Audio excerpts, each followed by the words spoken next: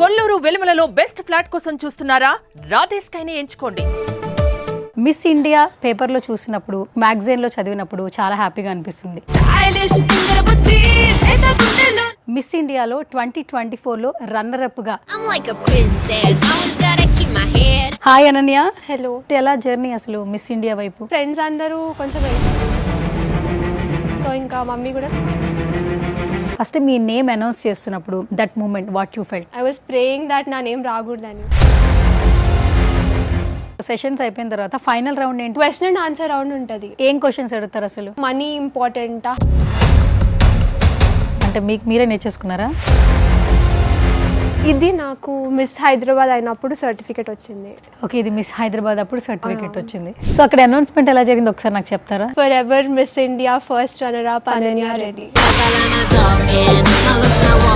Hi, hello, నమస్తే. This is Suvarna.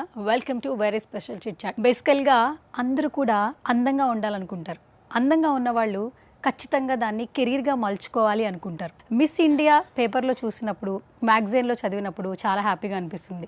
So వీళ్ళ journey ఎలా ఉంటుంది, వీళ్ళ లైఫ్ స్టైల్ ఎలా ఉంటుంది తెలుసుకోవాలనుకుంటూ ఉంటారు ప్రతి ఒక్కరు కూడా. సో ఈరోజు మనతో పాటు స్టూడియోలో ఒక స్పెషల్ గెస్ట్ ఉన్నారనమాట. చాలా చిన్న వయసులో మిస్ ఇండియాలో 2024లో రన్నరప్గా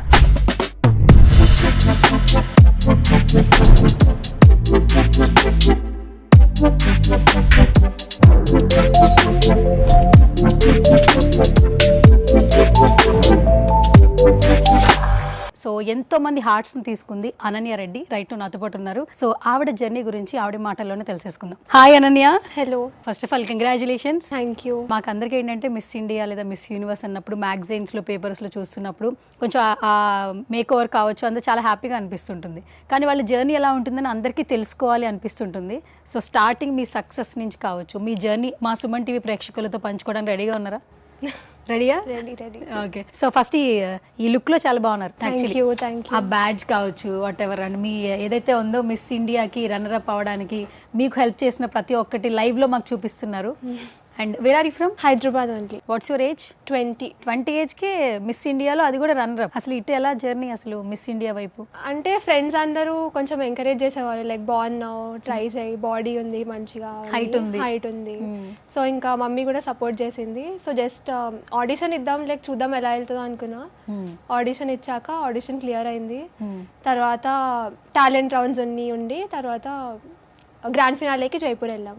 సో ఫస్ట్ ఆఫ్ ఆల్ ఏంటంటే ప్రతి ఒక్కరూ ఏ పని చేసినా కూడా సక్సెస్ కోసమే ట్రై చేస్తాం కదా. అంటే విన్నర్ అనే ఒక పదం బ్రెయిన్లో వచ్చినప్పుడు, లేదంటే అలా వినిపిస్తున్నప్పుడు చాలా హ్యాపీ అనిపిస్తుంది. కానీ సమ్ టైమ్స్లో రన్నర్ అని వినిపించినా చాలా హ్యాపీ అనిపిస్తుంది. బట్ బేసికల్గా ఈ కొంచెం సక్సెస్ అనేది కొంచెం దగ్గరలోనే ఉందని చెప్పుకోవచ్చు. ఫస్ట్ మీ నేమ్ అనౌన్స్ చేస్తున్నప్పుడు ఆ ప్లాట్ఫామ్లో that moment what you felt? Actually first అందరి స్టేట్ విన్నర్స్ని పిలవడం స్టార్ట్ చేశారు.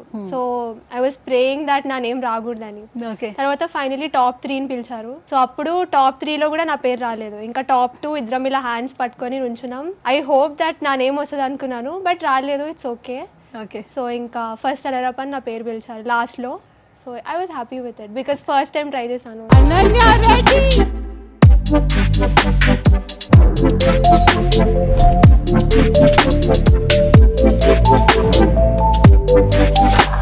ఫస్ట్ టైం ట్రై చేశారు అండ్ చాలా చిన్న ఏజ్ అయినా కూడా నేనేం ఇలా ప్రొఫెషనల్ ట్రైనింగ్ కూడా ఏం తీసుకోలేదు. So I'm happy.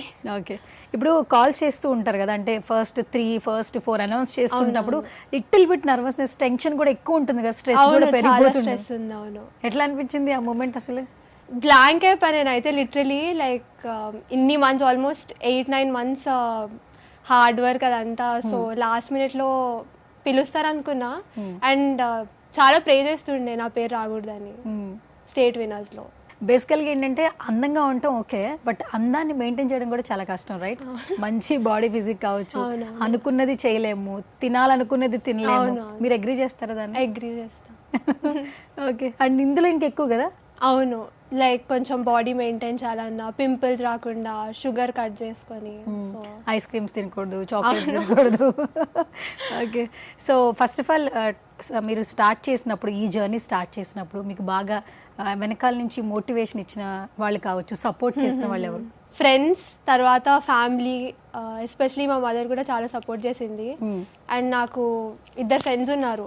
Like miss ఇండియాకి ఏంటంటే చాలా వీడియోస్ తీయాలి, ఎప్పటికప్పుడు వాళ్ళకి అప్డేట్ చేస్తూ ఉండాలి.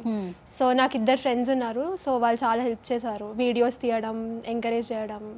ఎప్పుడైనా డిమోటివేటెడ్ అయితే కూడా వాళ్ళే మోటివేట్ చేసేవారు. అండ్ ఇంకొకటి ఏంటంటే దీనికి మాకు సెషన్స్ ఎలా ఉంటాయో తెలియదు. ప్రతి ఒక్కరికి ఏంటంటే మిస్ ఇండియా అయిపోయారు, మిస్ యూనివర్స్ అయిపోయారు అని చెప్పుకుంటాం.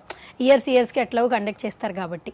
బట్ ఆ ప్రాసెస్ అనేది మాకు తెలియదు. సో ఈరోజు మాకు లైవ్లో అసలు ఆడిషన్కి ఎలా వెళ్ళాలి, ఎలా అప్లై చేసుకోవాలి, ఆ ప్రాసెస్ చెప్తారా? సో ఫస్ట్ నేనైతే ఇన్స్టాగ్రామ్లో స్క్రాల్ చేసినప్పుడు చూసి అప్లై చేద్దాము, ఆడిషన్ ఇచ్చి చూద్దాం అనుకున్నాను. సో ఆడిషన్ ఇచ్చాను. సో తర్వాత సెలెక్షన్ అయినట్టు మెయిల్ వచ్చింది. సో తర్వాత మాకు గ్రూమింగ్ సెషన్స్ ఉండేవి, ఎలా వాక్ చేయాలి, ఎలా డ్రెస్ అవ్వాలి, ఫుడ్ హ్యాబిట్స్ ఎలా మెయింటైన్ చేయాలి, కాన్ఫిడెన్స్ ఎలా ఇంప్రూవ్ చేసుకోవాలి, అవన్నీ సెషన్స్ అన్నీ అయ్యాక టాలెంట్ రౌండ్స్ ఉంటాయి. ఫస్ట్ సిటీ లెవెల్ వరకు 3 టాలెంట్ రౌండ్స్ ఉంటాయి.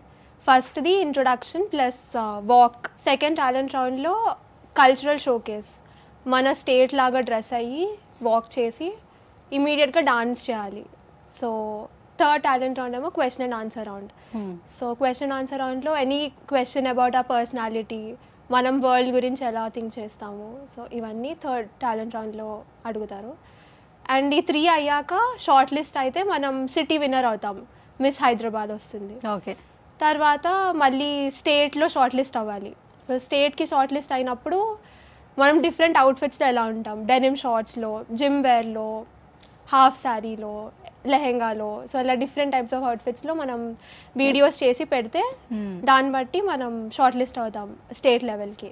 సో స్టేట్కి మళ్ళీ క్వాలిఫై అయ్యాక మళ్ళీ క్వశ్చన్ అండ్ ఆన్సర్ రౌండ్ ఉంటుంది. అప్పుడు గ్రాండ్ ఫినాలేకి వెళ్తాం జైపూర్.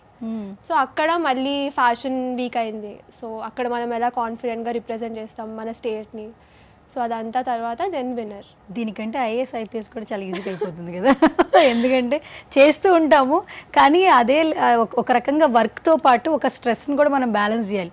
నెక్స్ట్ వస్తుందా